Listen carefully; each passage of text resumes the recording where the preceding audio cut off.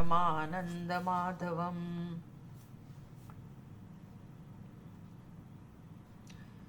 ईश्वरो गुरुरात्मेति मूर्तिभेदविभागिने व्योमवद्व्याप्तदेहाय दक्षिणामूर्तये नमः। ॐ सहनाववतु सहनौ भुनक्तु सह वीर्यङ्करवावहै तेजस्विनावधीतमस्तु मा विद्विषावहै। ॐ शान्ति शान्ति शान्तिः।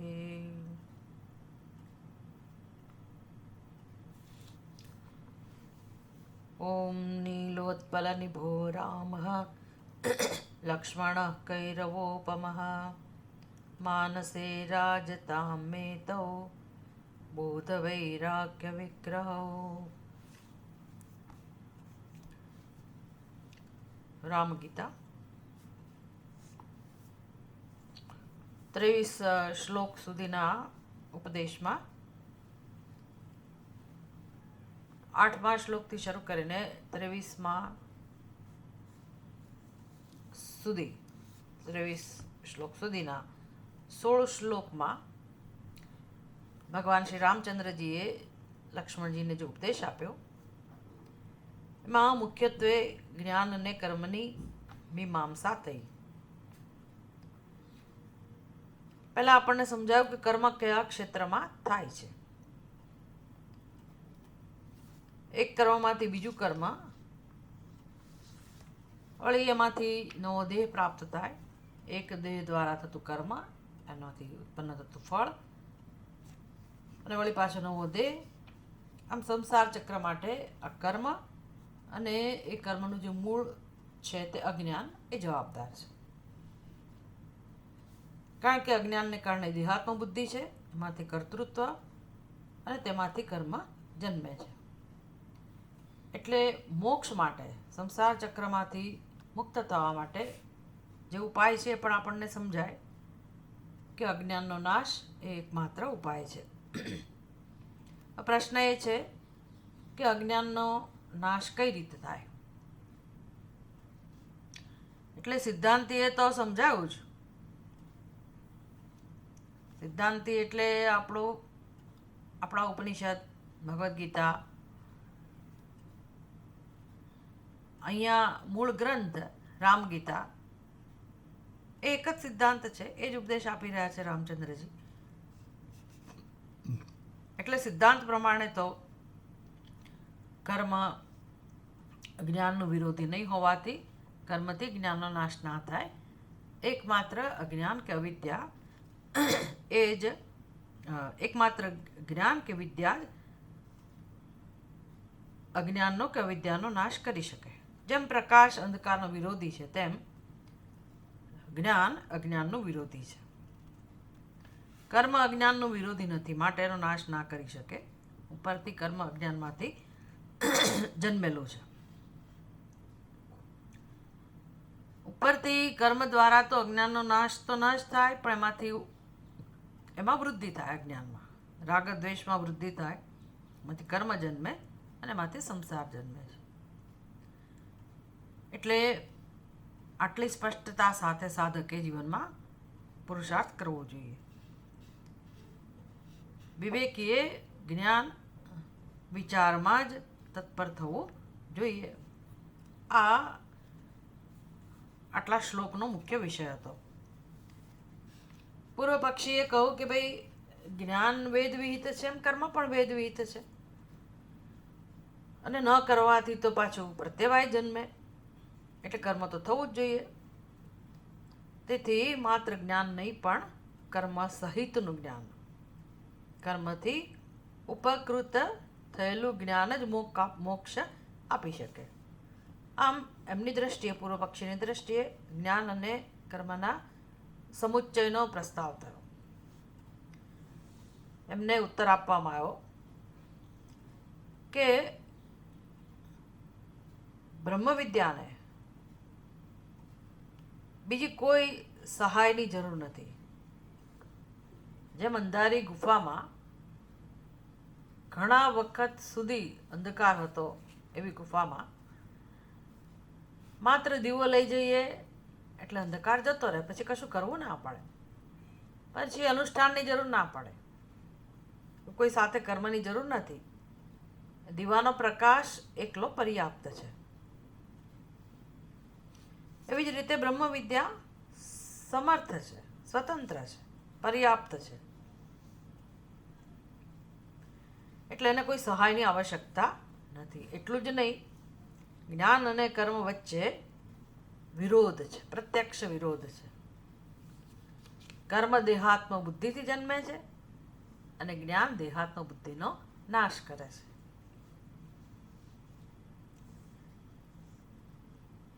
કારકોનો જ નાશ કરે છે.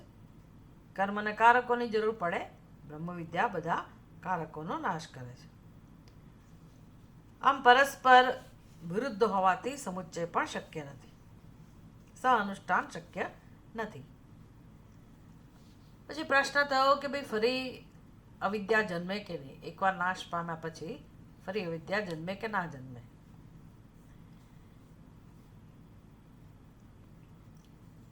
તો એ પણ સમજાવવામાં આવ્યું કે કેવી રીતે અવિદ્યાનો જન્મ શક્ય નથી. અવિદ્યાનો નાશ એટલે સંપૂર્ણ સંસારનો નાશ.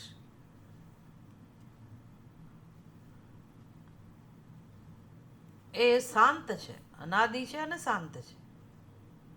એનો જન્મ છે જ નહીં, એટલે નાશ થયા પછી પણ ફરી જન્મે નહીં. જેમ સ્વપ્નમાંથી આપણે જાગી જઈએ તો એનું એ સ્વપ્ન ફરી જન્મવાની કોઈ સંભાવના જ નથી. કેમ તો કે જ્યારે જોતા હતા ત્યારે પણ નહોતું, એવું એનું સ્વરૂપ હતું, એનું અસ્તિત્વ ક્યારેય નહોતું. છતાંય જન્મ્યું હતું, નહોતું છતાંય જન્મ્યું એમ જણાતું હતું, જાણે કે જન્મ્યું હતું. એટલે એનું અસ્તિત્વ તો કોઈ કાળે હતું જ નહીં. અને પોતાના જાગ્રત અવસ્થાનું ભાન થતાં સ્વપ્ન અવસ્થા મિથ્યા છે સમજાયું, એવી જ રીતે આ જાગ્રત અવસ્થા પણ મિથ્યા છે. એ આપણે આત્મજ્ઞાનમાં જાગીએ, આત્મનું જ્ઞાન પ્રાપ્ત કરીએ ત્યારે સમજાય કે આ કર્તૃત્વ ભોક્તૃત્વ એ કેવળ માત્ર અધ્યારોપ છે, અને અધ્યારોપનું કારણ અવિદ્યા છે. અધ્યારોપ દૂર થયો, અવિદ્યા દૂર થઈ, જે છે બ્રહ્મ જ છે. બ્રહ્મમાં નિષ્ઠ થયા. કોને અવિદ્યા હવે પ્રાપ્ત થાય? જેને અવિદ્યા હતી એનો જ નાશ થઈ ગયો, એ અહંકારનો કે જીવત્વ બુદ્ધિનો જ નાશ થઈ ગયો. તો હવે કોને અવિદ્યા જન્મે? એટલે અવિદ્યાનો ફરી ક્યારેય જન્મ શક્ય નથી. એટલે કર્તૃત્વ ભોક્તૃત્વ જ્ઞાની માટે ના હોય. જો કર્તૃત્વ ભોક્તૃત્વ જ ના હોય તો કર્મ કેવી રીતે હોય? એટલે શ્રુતિમાં પણ આવા કર્મનો સંન્યાસ, કર્મ સંન્યાસની પ્રશંસા અને કર્મ સંન્યાસ લેવાનું કહું છે. એટલે છેવટે તો તાત્પર્ય કર્મના ત્યાગમાં જ. કર્તૃત્વ જ સત્ય નથી. જ્યારે કર્મ કરનારો સત્ય નથી, એનો અર્થ એ થયો તો પછી એ દેખીતી રીતે કર્મ થઈ રહ્યું હોય તો પણ જેને જ્ઞાન છે કે આત્મા તો અકર્તા જ છે, એના માટે કર્મ થઈ જ નથી રહ્યું. કર્મનો આગ્રહ કેવી રીતે હોઈ શકે? એટલે કર્મનો સંન્યાસ જ્ઞાન દ્વારા તો થઈ જ જતો હોય છે. અને એ પહેલાં વિવેકી કર્મને મહત્ત્વ નથી આપતો, કર્તૃત્વને મહત્ત્વ નથી આપતો, અને કર્મ કરે છે તો ચિત્તશુદ્ધિ માટે કરે છે.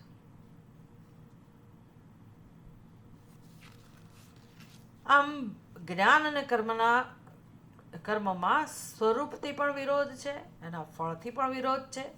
કર્મનું ફળ સંસાર છે, જ્ઞાનનું ફળ મોક્ષ છે. બંનેના નિમિત્તમાં પણ વિરોધ છે. એકમાં કર્તૃત્વ છે, એકમાં કર્તૃત્વનો અભાવ છે. એ દ્રષ્ટિએ પણ બંને સાથે ના હોઈ શકે.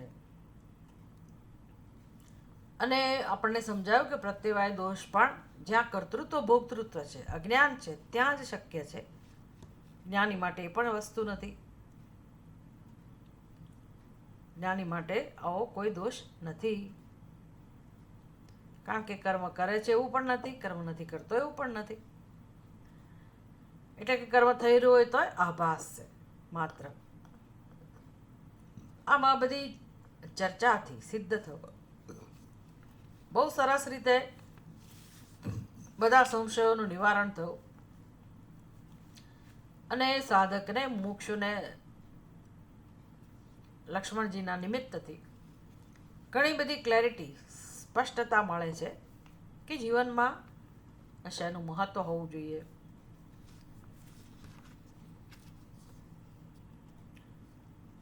અંતઃકરણ શુદ્ધિ થતાં, વૈરાગ્ય પ્રાપ્ત થતાં, કર્મનો ત્યાગ કરીને, એટલે આમ તો કર્મનો ત્યાગ થઈ જવો જોઈએ. વૈરાગ્ય જન્મે તો કર્મનો ત્યાગ થાય. હજી માણસને કર્મમાં રસ હોય, નવા નવા કર્મો કરવા હોય, તો એ બતાવે છે કે હજી એનામાં વૈરાગ્ય નથી અને ચિત્તશુદ્ધિ થઈ નથી. ચિત્તશુદ્ધિ એટલે વિચારનું સામર્થ્ય. આપણી બુદ્ધિમાં, આપણા અંતઃકરણમાં તત્વના દર્શન કરવાનું સામર્થ્ય, સૂક્ષ્મ સ્તરે ચિંતન કરવાનું સામર્થ્ય. એ જેનામાં નથી એ વ્યક્તિ જ ખોટા માર્ગે જાય અથવા ખોટા નિર્ણયો લે જીવનમાં, અને એને જ આ વિચારમાં, શ્રવણ મનનમાં રસ ના હોય. એને હજી કર્મ આકર્ષતું હોય કે મારી શક્તિઓ ક્યાં પ્રગટ કરું. જેને વિવેક જન્મ્યો છે એના માટે તો એક જ સાધન છે, શાસ્ત્રનું શ્રવણ, મનન અને નિધિધ્યાસન. હવે આ સિદ્ધ થઈ ગયું પછી હવે મુમુક્ષુને માર્ગદર્શન જે રીતે આપવાનું હોય, વિરક્ત થયેલા વ્યક્તિને, વૈરાગ્યવાન એવા મુમુક્ષુને હવે એણે જીવનમાં શું કરવું જોઈએ. જે લક્ષ્મણજી વૈરાગ્યનો વિગ્રહ છે, મૂર્તિમંત સ્વરૂપ જેમનું છે, એવા લક્ષ્મણજીને હવે મોક્ષ માટે શું કરવું જોઈએ એ સમજાવે છે. એટલે હવે જ વિષય છે પ્રકરણનો મહાવાક્યનો વિચાર.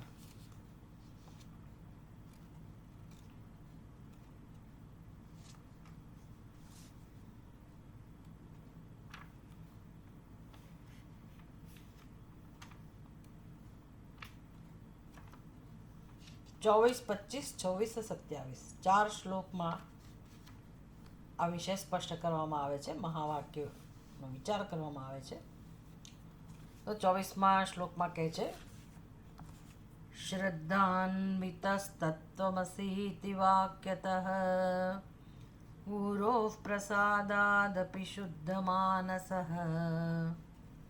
વિજ્ઞાય ચૈકાત્મ્યથાત્મજીવયોઃ સુખી ભવેન્મેરુ રીવા પ્રકંપનઃ.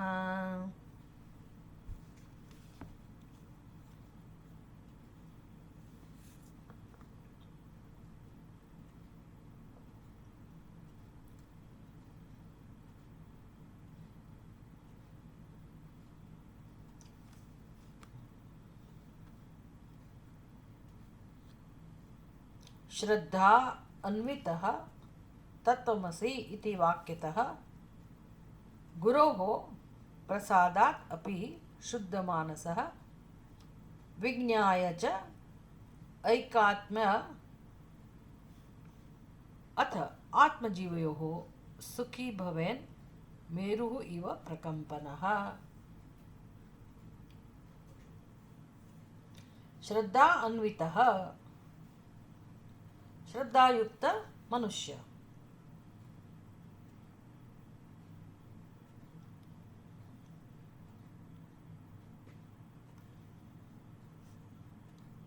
श्रद्धान्वितः गुरोः प्रसादात् अपि शुद्धमानसः.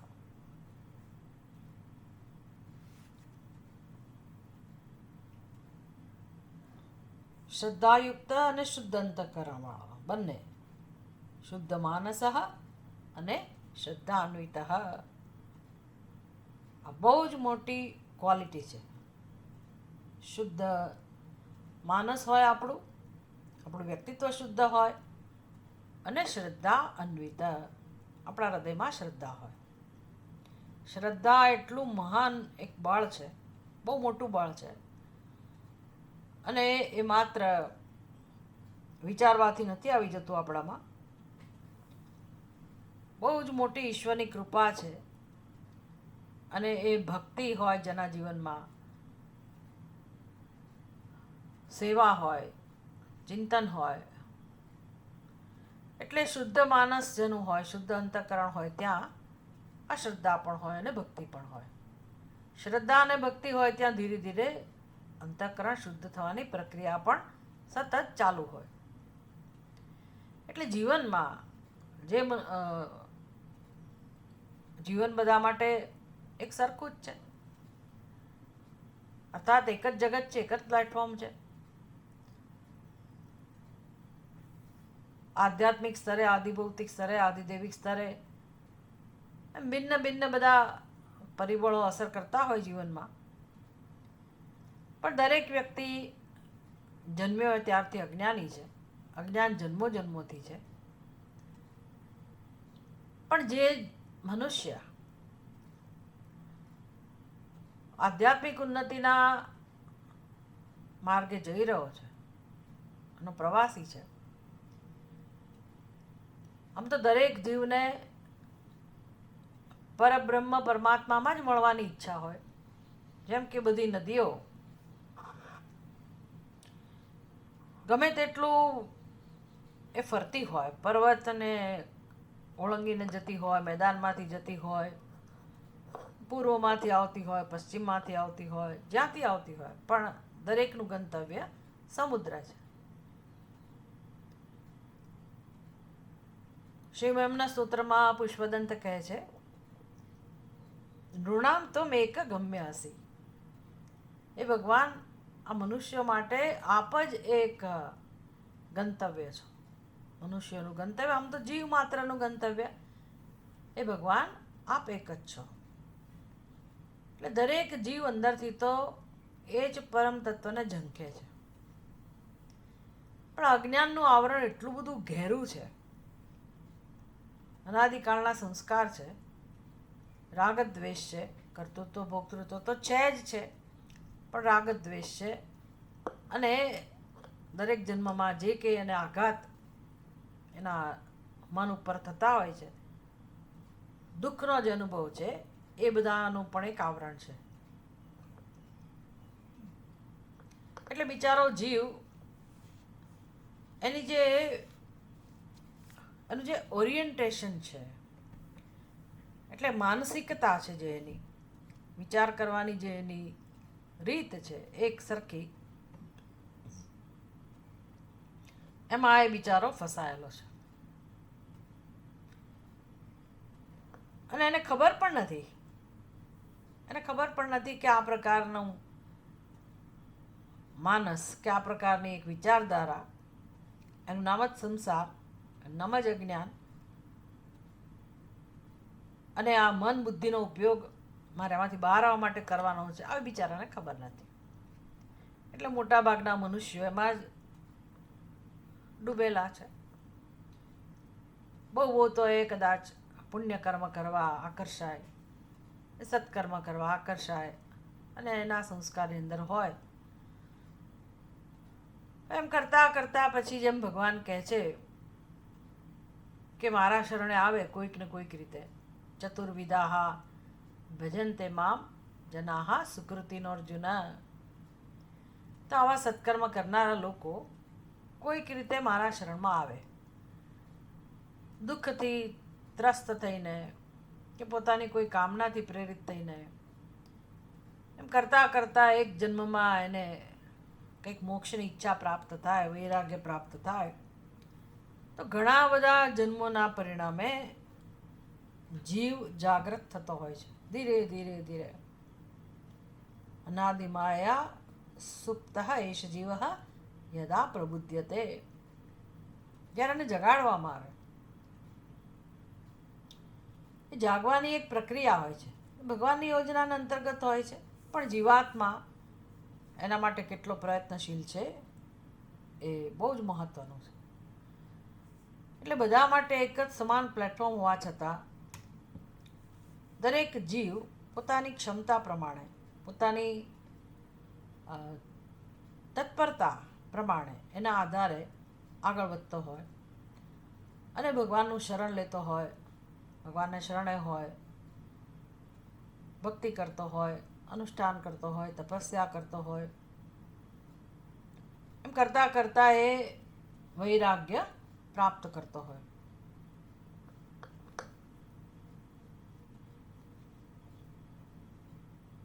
એટલે શુદ્ધ માનસ હોવું અને પોતાના હૃદયમાં ભગવાન માટે શ્રદ્ધા હોવી, તો એ તો આર્ત ભક્ત કે અર્થાર્થી ભક્ત એને પણ ભગવાનમાં શ્રદ્ધા હોય છે. પણ જ્યારે મનુષ્યના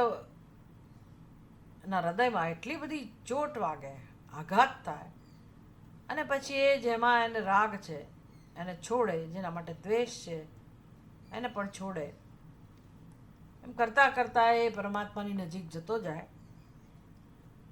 ત્યારે પછી એને આત્મજ્ઞાન માટેની વ્યવસ્થા પ્રાપ્ત થતી હોય. શ્રદ્ધા અન્વિત અને શુદ્ધ માનસ, આ બે વિશેષણો આપ્યા. મુમુક્ષુ અવમુમુક્ષુ, જે શુદ્ધ અંતઃકરણ વાળો છે અને જે શ્રદ્ધાયુક્ત છે. શુદ્ધ અંતઃકરણ એટલે કોઈ સ્વચ્છ પાત્ર, આપણે એવું કહીએ એવું કે અંતઃકરણ કોઈ પાત્ર નથી. અંતઃકરણ એટલે આપણી બુદ્ધિ, આપણું મન, અંદરનું કરણ. એનું કામ શું છે? મન બુદ્ધિનું કામ શું છે? લાગણીઓ અભિવ્યક્ત કરવાનું, ભાવનાઓ અભિવ્યક્ત કરવાનું, વિચાર અભિવ્યક્ત કરવાનું. બુદ્ધિનું કામ છે નિર્ણયો લેવાનું, સાચી સમજ પ્રાપ્ત કરવાનું. એટલે જેટલું સાત્વિક અંતઃકરણ હોય, સાત્વિક મન હોય, એટલા વિચારો આપણા શુદ્ધ હોય. ત્યાં પછી કાવા દાવા ના હોય, જડતા ના હોય, અહંકાર ના હોય, નમ્રતા હોય. અહંકારનો નાશ તો બહુ દૂરની વાત છે, એની પહેલાં નમ્રતા તો હોવી જોઈએ. આપણી અંદર નમ્રતા ના હોય, ઘમંડ હોય, તો આ શુદ્ધ અંતઃકરણ નથી. અને જ્યાં જડતા હોય, અહંકાર હોય, ઘમંડ હોય, એ માણસ તત્વનું ચિંતન સૂક્ષ્મતાથી નથી કરી શકતો. એની બુદ્ધિ એવી જ છે, બસ. આ બધું આવરણ છે, વિક્ષેપ છે. એટલે શુદ્ધ અંતઃકરણ એટલે જ્યાં તત્વનું અનુસંધાન કરવાનું સામર્થ્ય હોય, ઉપદેશને પ્રાપ્ત કરવાનું, પ્રાપ્ત કરેલા ઉપદેશ ઉપર ચિંતન કરવાનું, મનન કરવાનું, એકાગ્રતાપૂર્વક વૈરાગ્ય સાથે, પરમ પ્રીતિ સાથે, ભગવાનમાં પરમ પ્રીતિ હોય એવી પવિત્ર ભાવનાઓ સાથે, ઉત્કૃષ્ટ ભાવના સાથે, નિશ્ચલતા સાથે જે મન, જે બુદ્ધિ પરમાત્માનું ચિંતન કરી શકવા સમર્થ છે, એને શુદ્ધ અંતઃકરણવાળા કહેવાય. તો આવા વ્યક્તિએ, મુમુક્ષુએ શું કરવું જોઈએ? ગુરોહો પ્રસાદાત, ગુરુની કૃપાથી. પણ ગુરુની કૃપા એટલે ગુરુ હોય તો ગુરુની કૃપા પ્રાપ્ત થાય ને. ગુરુ જ ના હોય જીવનમાં તો ગુરુની કૃપા ક્યાં પ્રાપ્ત થવાની હતી? એટલે ગુરુ પાસે પહેલાં તો જવું જોઈએ. ગુરુ એવા અભિગત છે. ગુરુ પાસે ગયા હોઈએ અને તો પછી આપણને બધા પ્રકારનું માર્ગદર્શન પ્રાપ્ત થાય અને આપણને સેવાની તક મળે અને આપણને ગુરુની કૃપા પ્રાપ્ત થાય. મુખ્ય ઉપદેશ પ્રાપ્ત થાય, શાસ્ત્રનો ઉપદેશ. એનું સાધન છે શ્રવણ.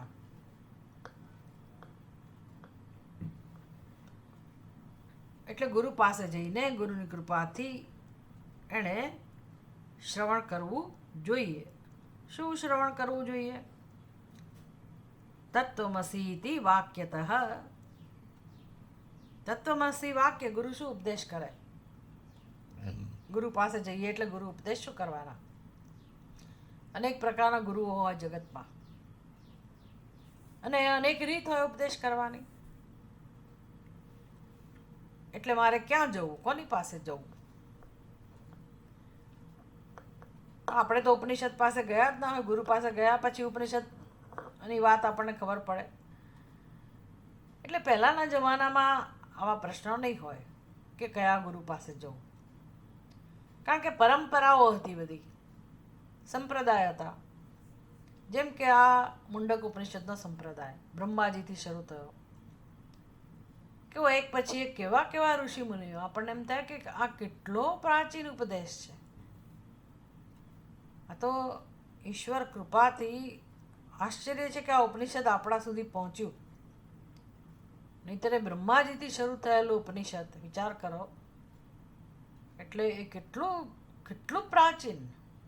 એ ઋષિમુનિઓ પણ, અમુક ઋષિમુનિઓનો તો કંઈ એના વિશેની માહિતી જ નથી, પણ પરંપરાને કારણે એ હોવા તો જોઈએ જ, સ્વીકારી શકાય.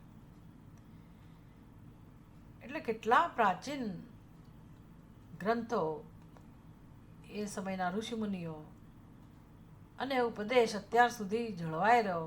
મને કેટલું તો નષ્ટ થઈ ગયું, પણ આ શૌનક મુનિ, આપણે જે સવાર અધ્યયન કરીએ છીએ એ મુંડક ઉપનિષદના, એ શૌનક મુનિ પછીના કેટલાય ઋષિઓ છે આપણને ખબર નથી, પણ મુંડક ઉપનિષદ એમનાથી પ્રસિદ્ધ છે, એમના પ્રશ્નથી. એ જમાનામાં ગુરુકુળમાં વિદ્યાર્થી જાય એટલે એને શીખવવામાં આવતું હોય, આ ઉપનિષદો પણ શીખવાડવામાં આવતા હોય, અને એને જીવનનું ધ્યેય કહેવામાં આવતું હોય. મનુષ્યના જીવનનું ધ્યેય એક જ છે, કોઈ પણ મનુષ્ય કેમ ના હોય.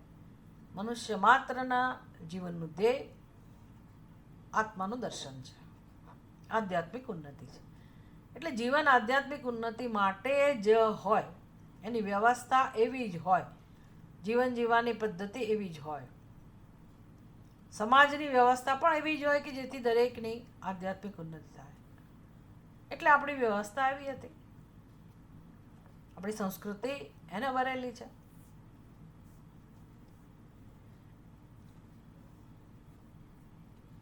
અને ઉપનિષદમાં કહ્યું હોય કે આત્માના દર્શન માટે જે ગુરુ હોય એ ગુરુ કેવા હોય, તો મુંડક ઉપનિષદમાં જ કહ્યું, શ્રોત્રિયમ બ્રહ્મનિષ્ઠમ, એવા ગુરુ પાસે જવું જ જોઈએ.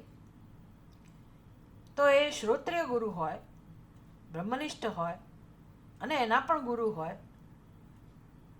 એણે એના ગુરુ પાસેથી જે રીતે અધ્યયન કર્યું હોય, શાસ્ત્રનો ઉપદેશ પ્રાપ્ત કર્યો હોય, જ્ઞાનમાં નિષ્ઠા પ્રાપ્ત કરી હોય, માર્ગદર્શન મેળવ્યું હોય, એમના ગુરુએ પણ એમના ગુરુ પાસેથી આ જ રીતે ઉપદેશ પ્રાપ્ત કર્યો હોય. આમ આખી પરંપરા. તો એ ગુરુ ચોક્કસ આપણને તત્વમસી એ મહાવાક્યનો ઉપદેશ જ કરવાના છે, કારણ કે ઉપદેશનો આધાર એ જ છે, માધ્યમ એ જ છે. તત્વમસી ભલે કદાચ હાથમાં ગ્રંથો લે કે ના લે, પણ એને ખબર છે કે ઉપદેશ આ જ છે. આ શબ્દો એટલા માટે મહત્વના છે કારણ કે પ્રમાણ છે, શબ્દ પ્રમાણ છે. પછી વ્યક્તિ પોતે પ્રમાણ છે, પછી એને કોઈ પ્રમાણની જરૂર નથી. એટલે એને ચિંતન કરવાનું કહે છે. તત્વમસી ઇતિ વાક્યતઃ ગુરોઃ પ્રસાદાદપી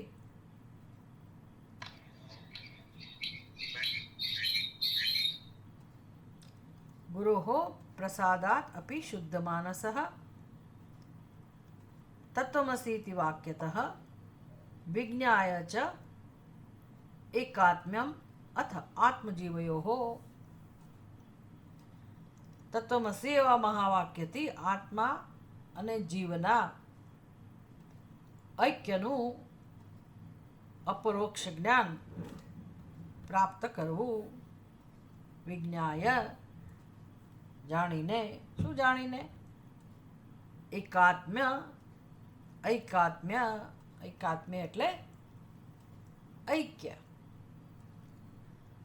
જીવ અને બ્રહ્મનું ઐક્ય. આત્મજીવયો, આત્મા અને જીવનું.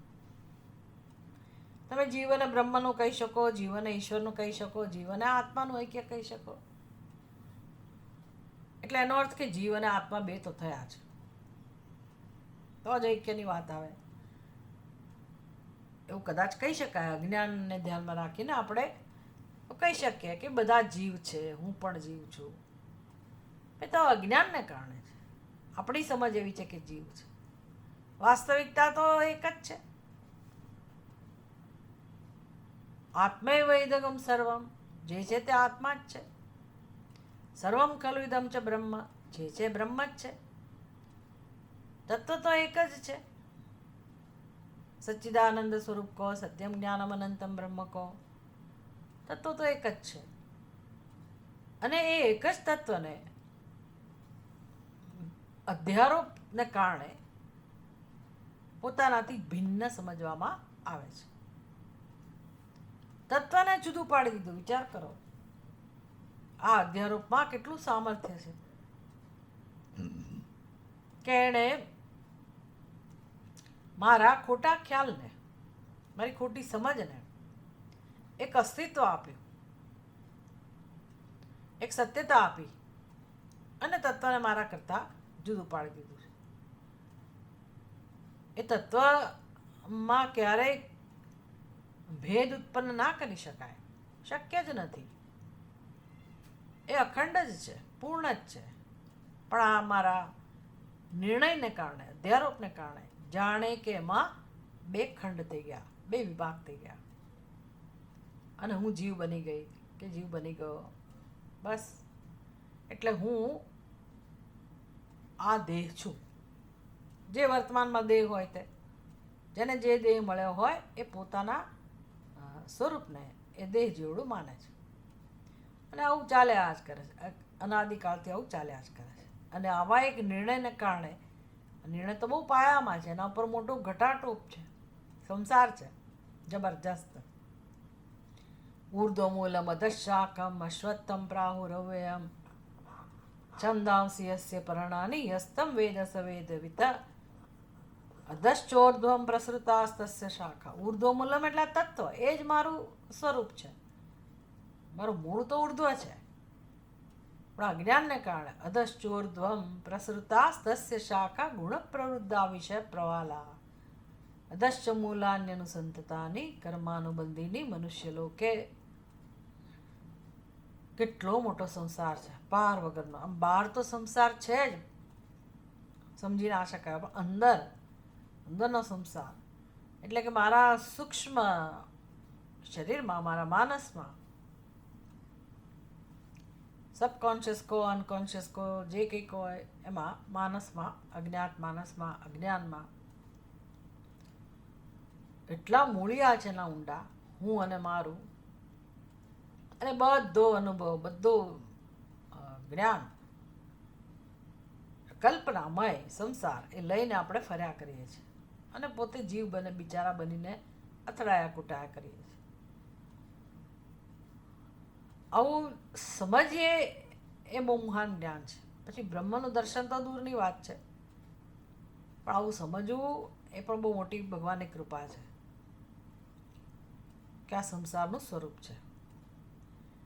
એટલે દરેકની બુદ્ધિમાં આવો સંસાર પડેલો છે, અને પોતાને જીવ સમજવું, એ જીવ અને પોતાનું જે અધિષ્ઠાન છે એ આત્મા, આ જીવ અને આત્માનું ઐક્ય. કે બે હોય જીવ અને આત્મા, અને એ બેને ભેગા કરવાના હોય ને ઐક્યની વાત હોય, એવી વાત નથી જ્ઞાન.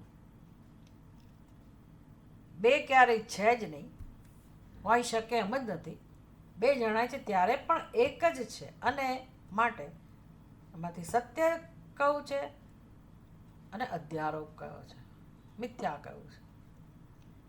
એટલે સચ્ચિદાનંદ સ્વરૂપ આત્મા એ સત્ય, અને મારા નિર્ણયો મારા વિશેના એ જીવત્વ એ મિથ્યા.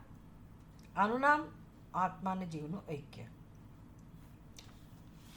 જીવયોઃ આત્મજીવયોઃ એકાત્મ્ય વિજ્ઞાય. આ જાણવું, ગુરુ પાસે જઈને આ જાણવું. આ જાણ્યા પછી સુખી ભવેત, ઉપદેશ છે, સુખી ભવેત એ સુખી થાય. સુખી થાઓ.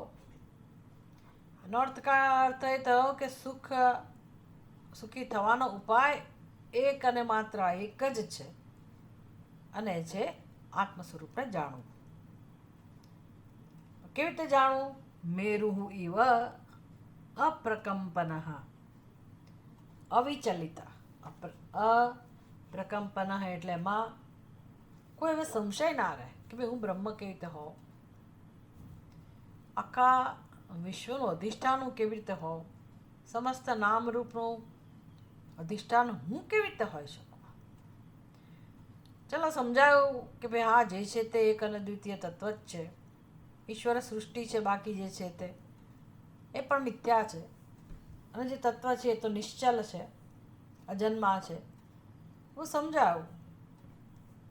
પણ પછી જૂના સંસ્કારો, વિપરીત ભાવના વળી પાછું આવે, વળી પાછી આપણે પડી ભાંગીએ, વળી પાછો ભય. પણ એવા પ્રકારનું જ્ઞાન એવી રીતે જાણીને કે જેને નિષ્ઠા કહેવામાં આવે, એવી આત્મજ્ઞાનમાં નિષ્ઠા એણે પ્રાપ્ત કરીને સુખી થવું જોઈએ. સુખી થાવ, સુખી થવું જોઈએ. આશીર્વાદ પણ આપે છે રામચંદ્રજી, અને ઉપાય પણ બતાવે છે. શુદ્ધ અંતઃકરણવાળો અને શ્રદ્ધાયુક્ત જે મુમુક્ષુ છે, ગુરુ પાસે જાય અને ગુરુ કૃપાથી એણે જે કંઈ શ્રવણ કર્યું હોય તત્વમસીનું, તે તું છે જે મહાવાક્ય, એનું જે શ્રવણ કર્યું હોય, શ્રવણનો અર્થ, મહાવાક્યનો અર્થ શ્રવણ કર્યું એટલે શું એને સમજાયું કે જીવ નામની કોઈ વસ્તુ નથી અને મારું સત્ય પરમાત્મા છે. આમ પોતાના આત્મ સ્વરૂપને જેણે જાણ્યું, જીવના ઐક્યનું, જીવ અને આત્માના ઐક્ય ને જીવના ઐક્યનો, આત્મા અને જીવના ઐક્યનો અપરોક્ષ જ્ઞાન એણે પ્રાપ્ત કર્યું. મારો આત્મા છે એ જ વાસ્તવમાં પરમાત્મા છે. આવું જ્ઞાન પ્રાપ્ત કરીને પછી યાવત જીવન, જેટલું એનું આયુષ્ય હોય એ સુખેથી જીવે અને મેરુ પર્વતની જેમ એ અકંપાયમાન, અવિચલિત રહે. આવા આશીર્વાદ આપ્યા.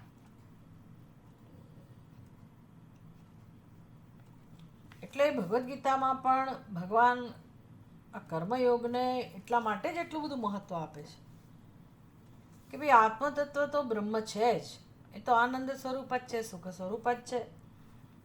એ તો નિત્ય પણ છે, અવિનાશી છે, અજન્મા છે, અમર છે. એટલે અત્યારે પણ છે જ, એમાં કોઈ પરિવર્તન આવવાની સંભાવના નથી, એનો નાશ થવાની સંભાવના નથી, એનાથી આપણે વિખૂટા પડી જાય એવી સંભાવના નથી, એ હાથમાંથી જતું રહે એવી સંભાવના નથી. એ તો રહેવાનું જ છે અને એ સ્વયં પ્રકાશિત છે. મુખ્ય વસ્તુ એ છે કે એ સ્વયં પ્રકાશિત છે. એટલે કે હું એનું જ્ઞાન પ્રાપ્ત કરું એવી જરૂર પણ નહીં રહે, નથી રહેતી ખરેખર તો. કારણ કે એ સ્વયં પ્રકાશિત. શબ્દોનો અર્થ જ્યારે પ્રકાશિત થાય, વૃત્તિ જ્યારે પ્રગટ થાય આપણી બુદ્ધિમાં, એ જ્ઞાન વૃત્તિ જ્યારે પ્રગટ થાય અને એ અજ્ઞાનનું નિવારણ કરે, ત્યારે એ જ્ઞાન સ્વરૂપ, પ્રકાશ સ્વરૂપ આત્માની અનુભૂતિ સહજ રીતે થાય છે. આવી વ્યવસ્થા છે.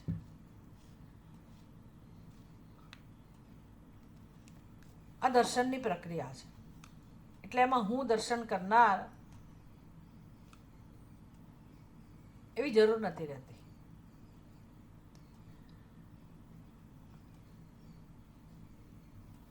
આવું હોવાથી કર્મયોગ બહુ જ મહત્વનો છે. કારણ કે એ જ્ઞાન વૃત્તિ જન્મે એ પહેલાં મારી બુદ્ધિમાં જે પ્રકારની સ્થિતિ ઉત્પન્ન થવી જોઈએ, જે સાત્વિકતા, નિર્મળતા, નૈશ્ચલ્યતા, એ તો કર્મયોગથી જ થાય. ઉપાસના અને કર્મયોગ. એટલે ભગવાન કહે છે કે જીવનનો ઉપયોગ આના માટે થવો જોઈએ. કર્મયોગ અને ઉપાસના, ભક્તિ.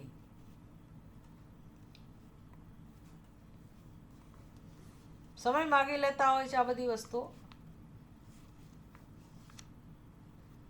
અને જેનું ચિત્ત શુદ્ધ થઈ ગયું છે એના માટે કોઈ પ્રશ્ન નથી.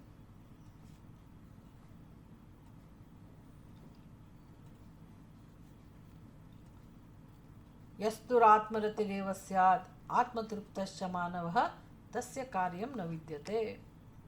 જેનો અંતઃકરણ શુદ્ધ થઈ ગયું છે, જેને હવે આત્મામાં જ રસ છે, એને આત્માનું અનુસંધાન કરવાનું જ ગમે, આત્માનું શ્રવણ કરવાનું જ ગમે, મનન કરવાનું જ ગમે.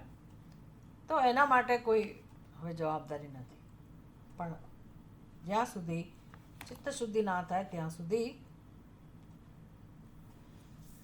જીવનમાં ભક્તિ અને સેવા કર્મયોગનું અનુષ્ઠાન હોવું જરૂરી છે.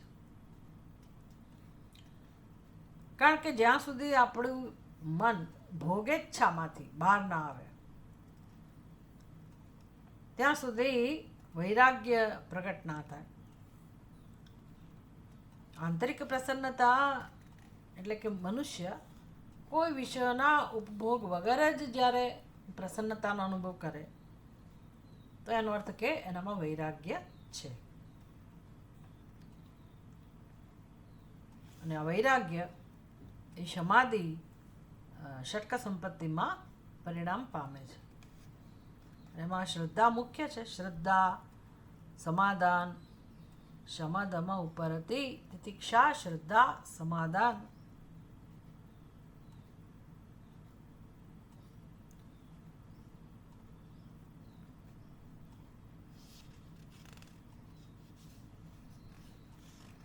એટલે આટલી વસ્તુ આપણને સમજાવી કે મોક્ષ માટે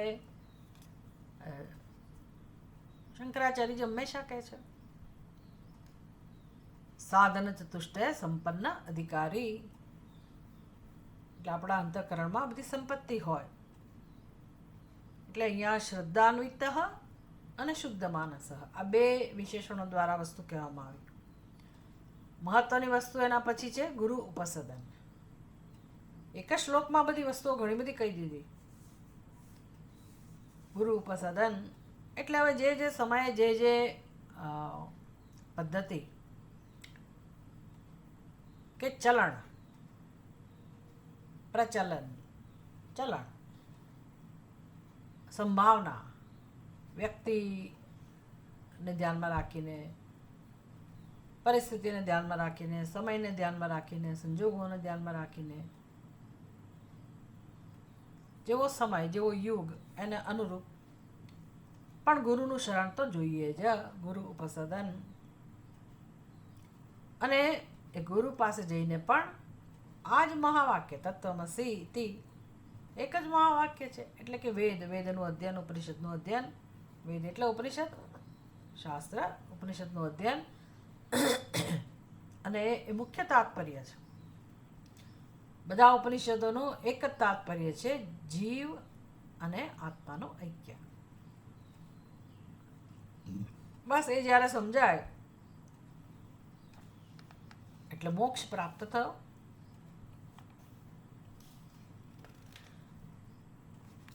એટલે આપણને ઘણું શીખવા મળ્યું. ગીતામાં ભગવાન કહે છે શ્રદ્ધાવાન લભતે જ્ઞાનમ. એટલે અહીંયા રામચંદ્રજીએ પણ શ્રદ્ધાને જ મહત્વ આપ્યું. બીજા ઘણા બધા ગુણો છે મુમુક્ષુના.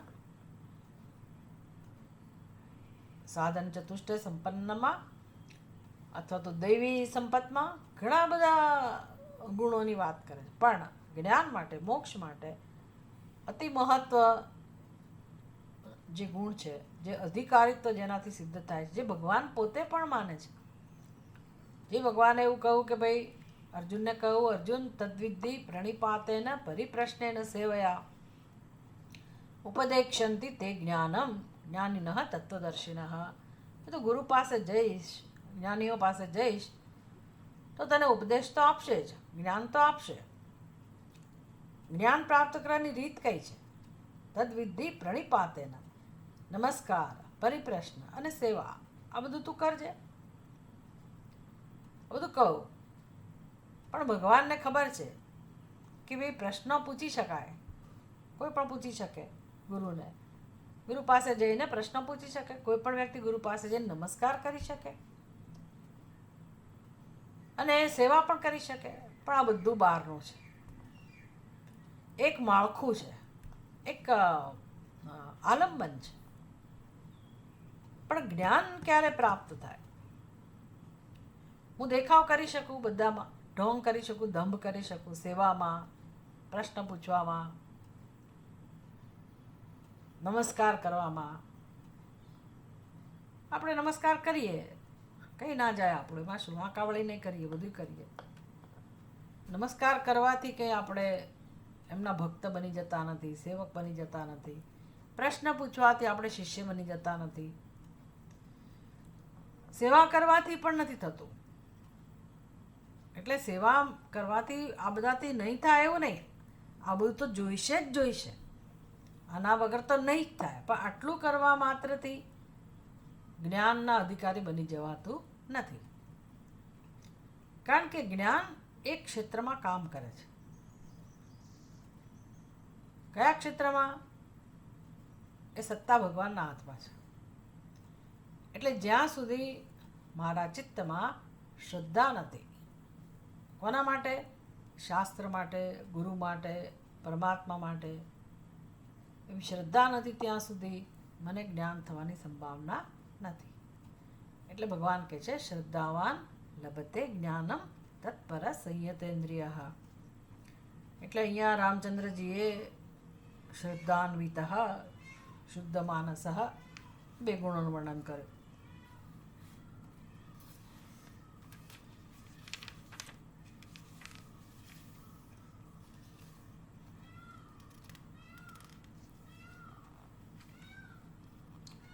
બહુ વિસ્તારથી તત્વમસી તો એક અહીંયા ઉપકરણ એટલે કે આપણને દ્રષ્ટાંત આપ્યું કે ભાઈ કેવો ઉપદેશ છે. પણ ઉપનિષદ તો બહુ સુંદર રીતે વિસ્તારથી સમજાવે છે એ કેવી રીતે હું બ્રહ્મ હોઈ શકું. તો કે સૃષ્ટિ હે પ્રાગ સતેવ આસિત. આ સૃષ્ટિના પ્રારંભમાં, સૃષ્ટિની શરૂઆત પહેલા કેવળ માત્ર સત જ હતું. મુંડક ઉપનિષદ એની રીતે સમજાવશે. સર્વભૂતાનામ યોનિ, સ્થાવર જંગમનો હેતુ કહું, કારણ કહું. એટલે શું? તો કે એમાં એકમાંથી જ આ બધું ઉત્પન્ન થયું છે, એકની જ આ અભિવ્યક્તિ છે. બીજા ઉપનિષદમાં કહ્યું હોય કે એ પરમાત્માએ બસ પહેલા બધા નામરૂપનું સર્જન કર્યું, તત્સૃષ્ટવા તદેવાનું પ્રાવિશત, પછી એમાં પ્રવેશ કર્યો. તો એનો અર્થ એ થયો કે અત્યારે મારી સમક્ષ જે નામરૂપ છે, જે ઉપાધિ છે, અને એમાં જે ચેતન તત્વ અભિવ્યક્ત થઈ રહ્યું છે એ કોણ હોય? તો કે બ્રહ્મ જ હોય. આમ મારી બુદ્ધિને જગાડે છે તત્વમસી. ભાઈ તું કોણ છે? વિચાર કર, તું તે છે.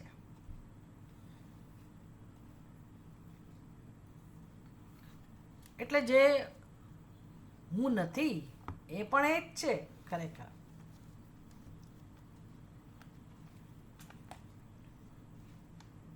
અથવા જે હું છું એ પણ એ જ છે, એવું પણ કહી શકાય. સૂફી લોકોની વાતો આવી હોય, એવી રીતે વાતો કરતા હોય, તું હી, અથવા તો મેં હી એવું કહેતા હોય. કાં તો તું છે ને કાં તો હું છું, બસ. હવે જ્યારે ભગવાનને હું એમ કહું કે તું જ છે, તો એનો અર્થ કે જેને હું કહું છું એમાંય તું જ છે. જ્ઞાની લોકો એવું કહેતા હમ બ્રહ્માસ્મિ, એ મારો હું છે એ જ સર્વત્ર છે, એ સિવાય કશું નથી. વિજ્ઞાય ચ એકાત્મ્યમ અથ આત્મજીવયો, આ પ્રકારે.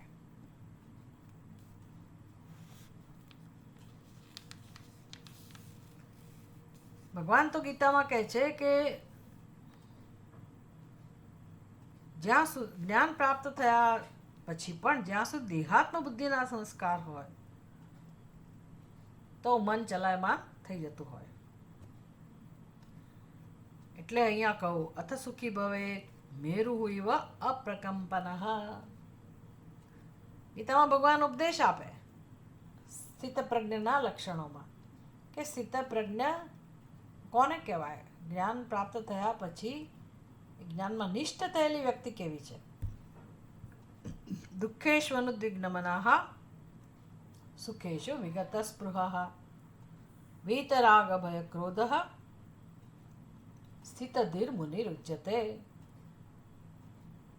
આમ તો ચિત્ત શુદ્ધિ બિફોર નોલેજ, જ્ઞાનની પહેલા અંતઃકરણ શુદ્ધિની વાત કરતા હોય છે, છતાંય ભગવાન અહીંયા આત્મજ્ઞાનમાં નિષ્ઠા માટેનું સાધન આવું જ કહે છે. વીતરાગ ભય ક્રોધ, જેના મનમાંથી રાગ દ્વેષ એટલે કે ભય અને ક્રોધ, વીત એટલે જતા રહ્યા છે. વીતરાગ ભય ક્રોધ આ વ્યક્તિનું વિશેષણ છે. વીતઃ રાગ વીતઃ ભય વીતઃ ક્રોધ યસ્માત, જેમાંથી આ બધું જતું રહ્યું છે આવો વ્યક્તિ, એટલે આ સાધના ચાલ્યા જ કરતી હોય. આત્મજ્ઞાન થયા પછી પણ દેહાત્મ બુદ્ધિના સંસ્કાર હોવાથી વિપરીત ભાવના, રાગ દ્વેષ ભય ક્રોધ આ બધું જન્મ્યા કરે. તો એની સાથે કેમ કામ લેવું અને એમાંથી કેમ પોતાની જાતને છોડાવી, મુક્ત થતા જવું, આ સતત એનો પ્રયાસ હોય. કોનો? સ્થિત પ્રજ્ઞનો. બીજો કયો પ્રયાસ? દુઃખેષુ અનુદ્વિગ્નમનઃ.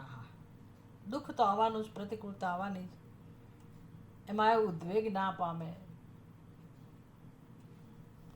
યસ્માન્નો દ્વિજતે લોકઃ લોકાન્નો દ્વિજતે ચયઃ. એટલે ઉદ્વેગ પામે નહીં જે વ્યક્તિ, લોકોથી ઉદ્વેગ ના પામે, એનાથી લોકો ઉદ્વેગ ના પામે. આવું એકાએક ના થાય, ધીરે ધીરે થાય, પણ થવું જોઈએ. દુઃખેષુ અનુદ્વિગ્નમનઃ સુખેષુ વિગત સ્પૃહઃ. હવે એની કોઈ જગ્યાએ ક્યાંય સ્પૃહા નથી, કોઈ રાગમાં કોઈ ભોગમાં એની કોઈ પ્રકારની સ્પૃહા નથી. એવો જે મનુષ્ય છે એ સ્થિત પ્રજ્ઞ છે. અભ્યાસેન તુ કૌંતેય વૈરાગ્યેણ ચ ગૃહ્યતે. બધું ભગવાન સરસ રીતે ગીતામાં સમજાવે કે કેવી રીતે આ થાય. અર્જુન બિચારો ડરી ગયો, ભગવાન મને નથી લાગતું કે આ મારાથી થાય. આપણને પણ એવું લાગે, બધી વાતો જ છે, આપણાથી કંઈ ના થાય. એક અમારા સાધક છે, ભાવનગરના કે ક્યાંના છે, બિચારા બહુ જ રાત દિવસ આમાં લાગેલા હોય, શ્રવણ મનન અને સરસ બધું પ્રવચનોમાંથી નોટ્સ લખતા હોય. કેટલા બધા એણે એવા ટ્રાન્સક્રિપ્શન કર્યા હશે બધા પ્રવચનોને લિખિત રૂપમાં, ખાલી માત્ર પોતાના સ્વાધ્યાય માટે. પછી જ્યારે પુસ્તક છપાય ત્યારે ખરા, સ્વામીજીના બધા પ્રવચનો એને ગમ્યા, એમાંથી બધું ટ્રાન્સક્રિપ્શન કામ કર્યા કરતા હોય. આટલી બધી સાધના કરે. મને કહે છે કે જ્યારે ગુસ્સો આવે કે જ્યારે પ્રતિકૂળતા આવે, એવું વાતાવરણ ઊભું થાય, ત્યારે એવું લાગે કે મેં કંઈ કર્યું જ નથી, મેં કોઈ સાધના કરી જ નથી. એટલે કે આ બધું નકામું છે, મેં કર્યું એ બધું નકામું છે, આ શ્રવણ નકામું છે, આ બધું અધ્યયન નકામું છે, આ સાધના નકામી છે. કેમ? તો કે જો ને એટલો ને એટલો જ ક્રોધ, એવો જ સ્વભાવ, એ જ વર્તન, એ જ વ્યવહાર, ક્યાં કામ કરે છે આ બધું? એટલે કે મારું જે કરેલું છે એના પર પાણી ફરી વળે, એ માણસ બિચારો હારી જાય, થાકી જાય. આવું કેમ છે? અર્જુનને એમ થયું ભગવાન મારાથી આ નહીં થાય. ભગવાન કહે છે અભ્યાસેન તુ કૌંતેય વૈરાગ્યેણ ચ ગૃહ્યતે. એ અર્જુન, અભ્યાસ અને વૈરાગ્ય આ બે એના મુખ્ય સાધનો છે, આલંબન છે.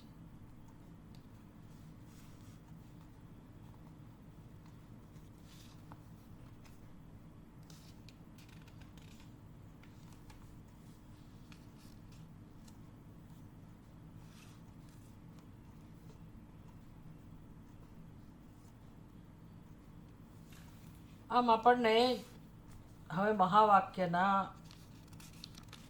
ક્ષેત્રમાં મહાવાક્યનો વિચાર એ વિષયમાં આપણને હવે અંદર લઈ જઈ રહ્યા છે. પછીના ક્લાસમાં આપણે જોઈશું. ઓમ પૂર્ણમદ પૂર્ણમિદમ પૂર્ણાત પૂર્ણમુદચ્યતે પૂર્ણસ્ય પૂર્ણમાદાય પૂર્ણમેવાવશિષ્યતે. ઓમ શાંતિ શાંતિ શાંતિ. હરિ ઓમ. શ્રી ગુરુભ્યો નમઃ.